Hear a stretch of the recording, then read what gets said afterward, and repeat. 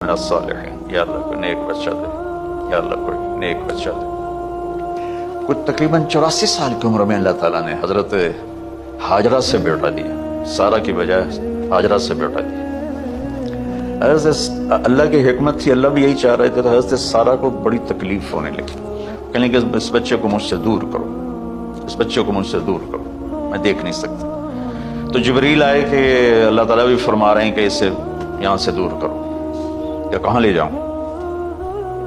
کہا یہ ہم بتائیں کہ کہاں لے جانا ہے۔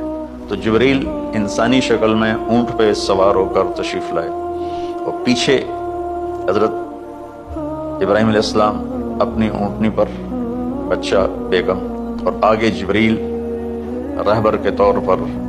چلتے چلتے چلتے چلتے 1 مہینہ کا سفر کرنے کے بعد جب وہ علاقہ شروع ہوا جہاں کالے پہاڑ، کالے پتھر